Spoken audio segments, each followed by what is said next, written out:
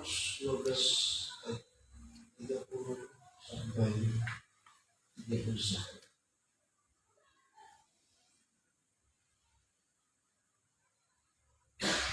Dapat kita sama-sama baca 1, 2, 3. Kasihilah Tuhan Allahmu dengan segenap hatimu, dengan segenap jiwamu, dan dengan segenap akal budimu, dan dengan segenap kekuatanmu. Dan hukum yang kedua ialah kasihilah sesama manusia seperti dirimu sendiri. Tidak ada hukum lain yang lebih utama daripada kedua hukum itu. Haleluya. Nah, saudara kasih Tuhan, kebenaran firman Tuhan ini mengingatkan kepada kita saudara bahwa sebagai orang percaya, ya, seseorang tidak bisa dapat mengatakan bahwa dia sudah mengasihi Tuhan dengan dia rajin beribadah, dia rajin berdoa, dia rajin memberi dan sebagainya. Hal-hal seperti itu memang tidak salah, itu memang betul. Namun saudara, jawaban Tuhan Yesus ya dalam ucapannya di dalam kitab Injil Markus ini, kalau kita lihat di atas, adalah pembicaranya kepada seorang ahli Taurat mengenai hukum yang terutama, bahwa dalam mengasihi Tuhan itu mencakup hal pengenalan dan pengetahuan akan Tuhan dan firman. Ya, jadi dalam mengasihi Tuhan itu dikatakan saudara bahwa bukan hanya dengan segenap ya akal, bukan hanya dengan segenap hati, jiwa, kekuatan, tapi juga dengan segenap akal. Ya, nah saudara, Tuhan itu memberikan kepada kita akal. Ya, akal itu saudara adalah pengetahuan.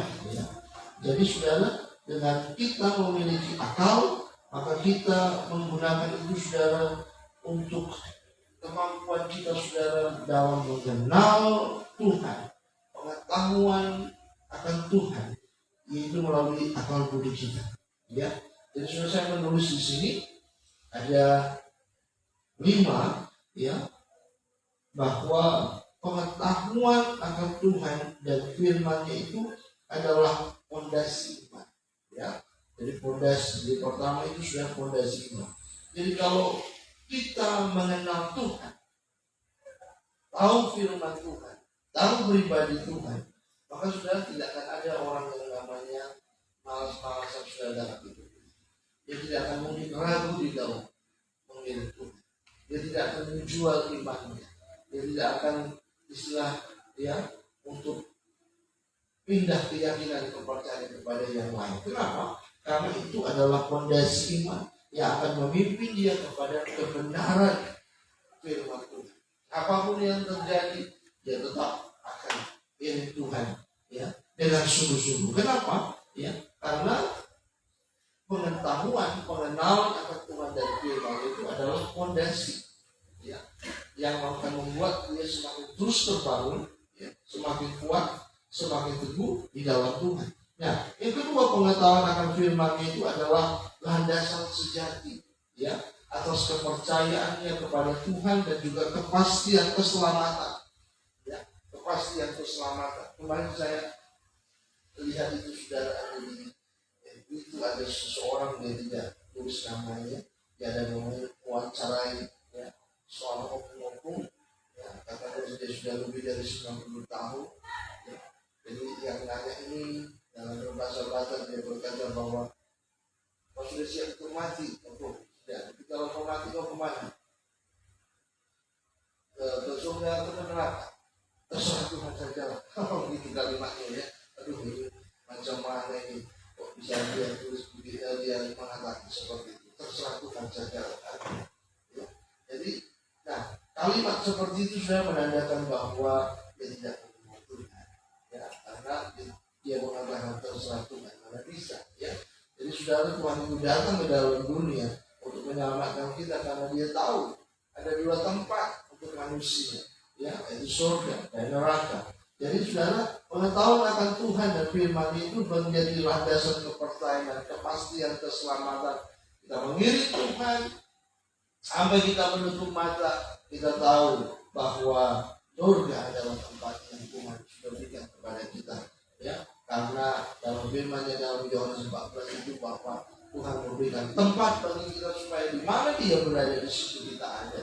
Ya, jadi saudara, pengetahuan, ya, akal budi kita sudah menuntun kita, mengajar kita, membuat kita berusaha untuk membaca firman Tuhan, dan firman Tuhan itu sudah memberikan keyakinan, dorongan yang kuat, ya, untuk di hati kita, di pikiran kita, bahwa kepastian keselamatan sudah ada, aku dapatkan di dalam Yesus. Jadi kapanpun dipanggil, Tuhan sudah berikan tempat itu, kita sudah ada di sana, ya. Jadi tidak seperti yang dikatakan, ya, oleh komunikasiannya, dia mengatakan terserah Tuhan saja, ya. Seperti gaya kalimatnya itu dia kira sepertinya bagus, ya, padahal itu sangat-sangat mengerikan, ya, seperti itu. Yang ketiga, pengetahuan akan firman itu adalah standar mutlak, ya, bagi moral kita, saudara, dalam menolak nilai-nilai dunia, ya, yang terus-menerus berubah. Hari-hari ini, saudara, ya, manusia yang baik bisa jadi jahat, ya, yang jahat akan semakin terus jahat.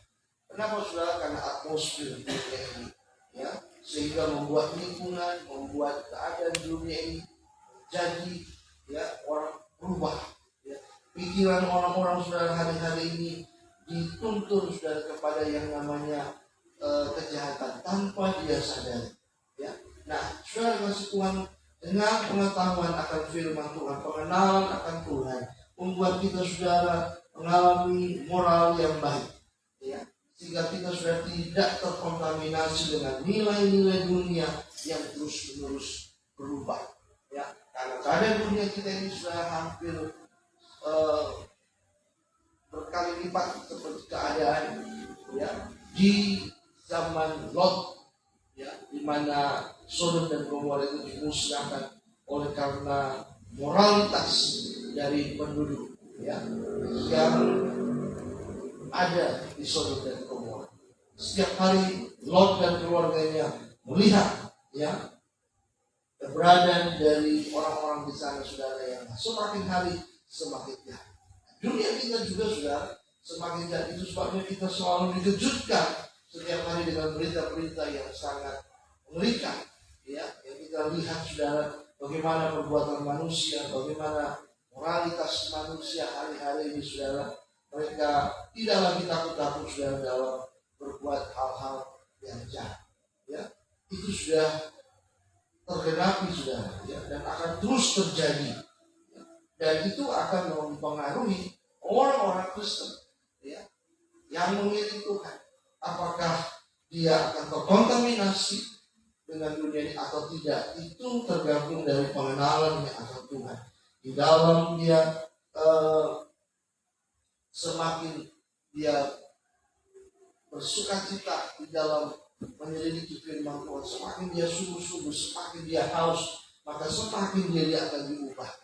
Firman itu akan semakin terus, ya, mengikis hal-hal yang tidak benar, tabiat-tabiat yang tidak baik yang ada dalam hati kita, saudara, itu dibuang lewat kebenaran firman Tuhan, saudara.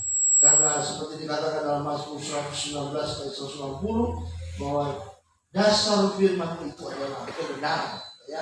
Jadi sudah orang yang membaca firman Tuhan, menyelidiki firman Tuhan, yang merenungkan firman Tuhan, sudah akan dituntun dibawa kepada kebenaran.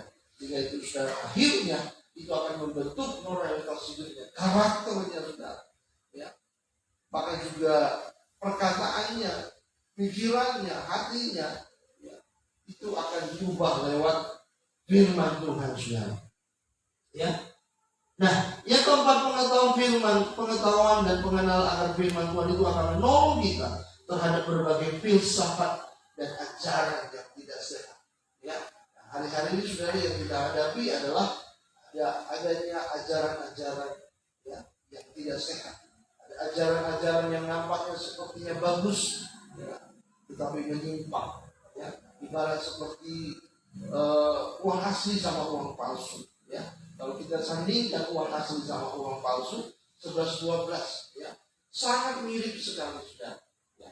Tapi itu bisa dibedakan dengan kualitas kertasnya, dengan kualitas gambarnya, ya, dengan kualitas keamanannya. Tapi secara ya sepintas sama. Begitu juga saudara dengan pengajaran, ya pemberitaan firman Tuhan hari-hari ini saudara diisi ya dengan filsafat-filsafat, ya diisi dengan hal-hal yang diramu, ya dengan hal-hal dongeng, ya bahkan sudah disusupi sudah dengan hal-hal adat istiadat, ya jadi sudah dihubung-hubungkan kan, saudara ya bukan adat istiadat itu tidak bagus, ya bagus, tapi yang namanya firman Tuhan tidak bisa disandingkan saudara ya, dengan hal-hal apapun yang ada di dunia, karena dia adalah murni, ya adalah perkataan Tuhan, firman Tuhan, ya yang berasal dari Tuhan. Sedangkan hal-hal yang bersinggungan dengan yang namanya istiadat itu adalah budaya, itu adalah hal-hal dari inspirasi manusia, ya jadi tidak bisa disamakan, tidak bisa disandingkan sudah hikmat manusia dan hikmat Tuhan, ya nggak bisa. Nah ada banyak orang sudah hari-hari ini menyandingkan hal itu, ya menyamakan gitu sudah. Itulah yang namanya disebut dengan filsafat, ya jadi pelajaran filsafat itu saudara adalah pelajaran yang menyandingkan kebenaran firman Tuhan dengan bumi, dengan dunia, dengan budaya dan sebagainya saudara ya. Nah itu adalah ajaran-ajaran yang membuat ya kesesatan, ya sehingga saudara akhirnya orang akan menganggap bahwa firman Tuhan itu adalah seperti cerita biasa, keberadaan Tuhan, keberadaan juru selamat, ya itu jadi dianggap biasa, ya. Kenapa saudara? Karena sudah disatukan dengan budaya. Itu sebabnya Tuhan Yesus ya berkata di dalam Matius 22:29 bahwa orang-orang Farisi itu dikatakan Tuhan bahwa mereka sesat karena mereka tidak mengerti kitab suci maupun kuasa Allah. Ya, ketika salah satu ahli Taurat itu berkata, Tuhan, nanti bagaimana ketika di surga? Ya, kalau di lingkungan keluarga kami ini ada suami istri, kebetulan istrinya ya kebetulan suaminya meninggal, nanti digantikan sama adiknya meninggal, terus digantikan lagi sama adiknya, kawin lagi nanti perempuan sama adiknya yang keempat, 5, 6 sampai 7. Nanti kalau di surga nanti siapa suaminya yang paling sah? Sehingga Tuhan marah jika Tuhan berkata kepada mereka, kamu tidak mengerti, kamu sesat, kamu tidak mengerti kitab suci maupun kuasa Allah. Kenapa Tuhan bisa katakan seperti itu saudara? Karena orang Farisi itu menyandingkan ya aturan dunia dengan aturan firman Tuhan. Nah, jadi ketika disatukan dia nggak bisa, nggak cocok gitu, sudah. Ya, jadi itu sebabnya firman Tuhan ketika Tuhan Yesus berkata kepada mereka, Farisi dan ahli Taurat itu, mereka sesat karena mereka tidak mengerti kitab suci maupun kuasa Allah. Jadi sudah dengan kita mencari Tuhan, semakin kita mengenal Tuhan, maka semakin kita merenungkan firman Tuhan, maka itu akan menolong kita saudara, jika kita bisa dapat menepis, menolak, maka juga menyingkirkan, ya, maka juga bisa kita dapat memilah mana pengajaran yang murni dan mana pengajaran yang mengandung filsafat. Karena firman Tuhan pun juga sudah dikatakan dalam 2 Timotius, nanti pada akhirnya orang-orang Kristen yang tidak sungguh-sungguh, yang tidak taat, mereka akan menyaring mana ajaran-ajaran yang mereka ingin dengar, yang mengenakan kuping mereka, ya, dan mereka menolak dengan ajaran-ajaran yang murni. Itu akan terjadi sudah, ya, itu akan terjadi. Karena kita melihat sekarang saudara bahwa banyak orang-orang sudah tidak lagi semangat, ya, di dalam beribadah, apalagi sejak pernah dibuat ya peraturan ibadah online tahun lalu saudara ya. Jadi itu kebawa sampai tahun ini saudara. Sudah aman pun sudah tidak ada lagi ya yang namanya pandemi, tapi masih di bawah-bawah. Kebiasaan itu masih di bawah-bawah. Dan itu mendekat kepada yang namanya nanti orang akan menyeleksi ya, mana ajaran yang menurut mereka enak, di mana mereka tidak mau disinggung lagi. ya, privasi mereka. Mereka tidak mau disinggung lagi apa itu namanya keberadaan mereka yang sudah senang dengan dosa, ya. Nah, saudara, itu akhirnya membuat mereka, saudara, hari-hari ini akan jauh dari Tuhan. Kenapa, saudara? Karena sudah dikuasai oleh ajaran-ajaran filsafat dan ajaran-ajaran yang tidak sehat, ya. Dan yang terakhir, saudara, pengetahuan akan firman-Nya. Kita semakin menemukan firman Tuhan, maka firman Tuhan itu, saudara, menjadi pegangan kita untuk kita bisa bertahan terhadap masa-masa sukar, ya. Akan terjadi masa-masa yang sukar, ya, di dunia ini, saudara. Nah, itu akan membuat orang-orang yang tidak sungguh-sungguh kepada Tuhan akan tinggalkan Tuhan secara otomatis, saudara. Mereka akan langsung berpaling dari Tuhan, saudara. Kenapa? Karena mereka tidak punya pegangan.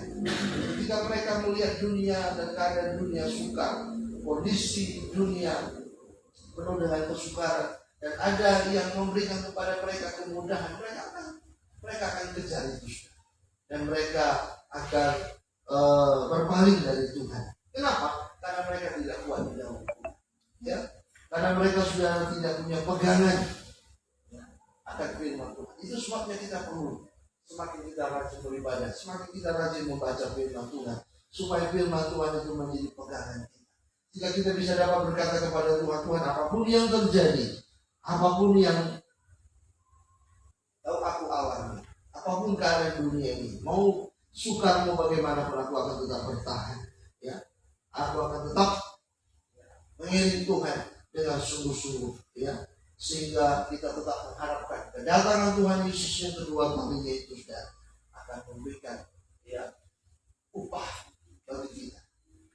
Seperti yang Tuhan Yesus katakan, saudara, penglihatan dari Yohanes di Pulau Patmos dalam ayat 3, ya, ayat 10, bahwa sesungguhnya aku akan memberi, kamu akan mengalami kesusahan selama 10 hari, tapi hendaklah engkau setia sampai akhir, ya.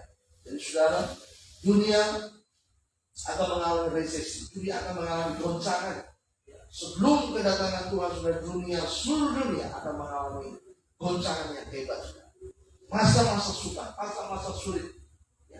Dan itu adalah penyaringan terakhir, ya, dari orang-orang percaya, saudara. Ya, itu adalah bagikan seperti festival musik, itu babak terakhir, eliminasi terakhir, ya, di mana hanya sedikit saja nanti orang-orang percaya yang bertahan, yang ikut Tuhan dengan sungguh-sungguh. Nah, itulah yang akan diselamatkan, ya. Jadi mengerikan sekali, ya. Mungkin kita nanti berpisah dengan famili kita, ya, dengan anak-anak buruk kita, dengan anak-anak tuang kita, ya. Kenapa, saudara? Karena mereka memilih untuk mereka say goodbye terhadap yang namanya diri Tuhan dengan sungguh-sungguh, ya. Itu akan terjadi, saudara. Tapi yang jelas firman Tuhan sudah katakan, ya, karena itu kita harus betul-betul siapkan, ya, keberadaan kita, keluarga kita, untuk mencari Tuhan dengan sungguh-sungguh. Rajin untuk baca firman Tuhan, masuk dalam doa, keluarga kita bawa untuk datang kepada Tuhan. Tarik mereka selagi bisa, ya. Karena nanti kalau sudah masuk masa sukar, untuk mereka kita tarik tidak bisa. Justru mereka nanti yang akan menghina kita. Mereka justru sudah akan menjadi lawan kita. Tidak bisa lagi, saudara. Kenapa? Karena mereka sudah memilih untuk hidup di luar Tuhan. Tidak bisa lagi. Jadi, saudara, ini nanti ketika dunia mengalami resesi, itu babak terakhir, saudara, ya, di mana kita akan mengalami goncangan, dan orang yang setia akan tetap setia, ya. Dia akan, ketika dia bisa bertahan, tetap hidup Tuhan dengan sungguh-sungguh, ya, di mana firman Tuhan itu jadi pegangan dalam hidupnya, dia akan selamat. Jadi, saudara, pastikan kita dan keluarga kita, saudara, selamat, ya. Jangan sampai kita, saudara, kehilangan pegangan. Jadi kesan-kesan yang hari-hari ini sudah nggak sungguh-sungguh, yang banyak alasan, yang banyak cerita, ya, yang tidak sungguh-sungguh dan untuk mengelilingi Tuhan, tidak berupaya, ya, dengan segala tantangan yang terjadi, dengan segala kesibukan. Gampang sekali, saudara, nanti akhirnya terbuang, saudara ya, karena masa-masa sukar yang akan dialami oleh dunia. Gampang sekali sudah, nggak perlu lagi kita cari mereka, nggak terkejut kita sudah. Kenapa? Karena belum masuk masa sukar pun, ya, sudah menunjukkan tanda-tanda gejala, ya, mereka tidak sungguh-sungguh dalam melayani. Malas dia meminta ampun, tapi ya, itulah yang akan terjadi sudah. Nah, hari ini kita disadarkan sudah bahwa mengasihi Tuhan dengan akal budi itu adalah salah satu tanggung jawab kita sebagai murid Kristus. Kasih Tuhan dengan akal budi. Tuhan kasih akal, pikiran, logika, pengetahuan. Ya, kita memiliki pengetahuan, maka sudah kita memutuskan untuk kita bisa dapat mengerti bahwa Tuhan yang sudah menciptakan kita, bahwa Tuhan yang sudah menyelamatkan kita, bahwa Tuhan yang sudah mendesain kita, maka juga sudah merancangkan keselamatan jauh-jauh hari seperti dikatakan oleh Efesus 1 ayat 4. Sebelum dunia ini dijadikan, kita sudah diciptakan, kita sudah diselamatkan, kita sudah dipilih untuk diselamatkan. Mau kita berpikir sampai ribuan kali enggak masuk di akal kita. Kok bisa ya? Aku belum lahir, orang tuaku juga belum lahir, opungku juga belum lahir, tapi Tuhan sudah tahu bahwa kita akan lahir dan kita akan diselamatkan oleh Tuhan. Itu luar biasa. Bagi orang yang tidak mendapatkan kasih karunia untuk mendapatkan keselamatan, mereka tidak menganggap firman Tuhan itu istimewa. Itu biasanya ucapan si Paulus, yaitu akan mereka ya. Padahal itu adalah firman. Tapi bagi kita sudah diberikan kasih karunia, ya, kita bersyukur sudah, karena itu kita diselamatkan. Sebab itu saudara, tanamkanlah kerinduan dalam diri kita. Ini penting sekali, saudara. Tanamkan kerinduan dalam diri kita untuk terus berusaha kita mengenal Tuhan dan firman-Nya sampai terakhir hidup kita, sampai terakhir hidup kita. Ya, sampai terakhir hidup kita. Tanamkan itu kerinduan. Jadi kalau tidak ada kerinduan, nah itulah yang akan membuat kita sudah terpental pada saat kita masuk di masa-masa sukar. Jadi orang-orang yang tidak merindukan Tuhan itu sudah, ketika dia masuk dalam masa-masa yang sukar, mereka langsung terus secara otomatis mereka akan pilih dunia. Mereka akan tinggalkan Tuhan. Kenapa? Karena tidak ada kerinduan untuk diri Tuhan. Nah, karena itu sudah dalam hidup kita adalah orang-orang yang dipilih untuk diselamatkan. Kita harus kerjakannya sekarang. Bagaimana caranya?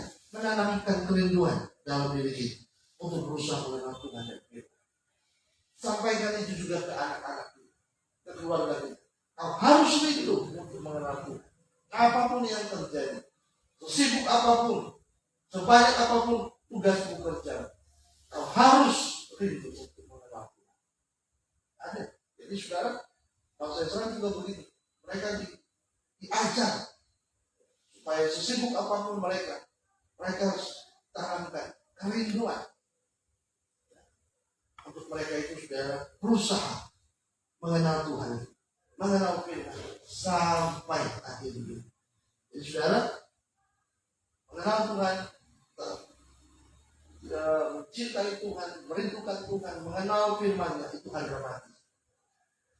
Itu tidak bisa sudah tawar-tawar lagi. Ya, itu harga mati. Jadi mengenal Tuhan itu harus. Dan tentunya saudara, untuk menanamkan kerinduan itu disertai dengan disiplin pula. Ya. Kalau tidak disiplin nggak bisa. Hanya rindu sekedar rindu ya, kalau tidak ada disiplin nggak bisa. Jadi ada kerinduan, tapi harus disertai dengan disiplin. Ada ketetapan hati. Tidak hanya dikerjakan.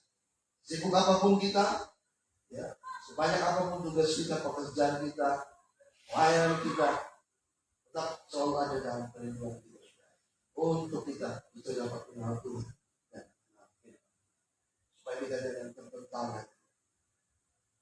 Ketika kita diizinkan masuk di masa-masa yang suka, firman Tuhan jadi pegangan, sehingga kita bisa tetap kuat.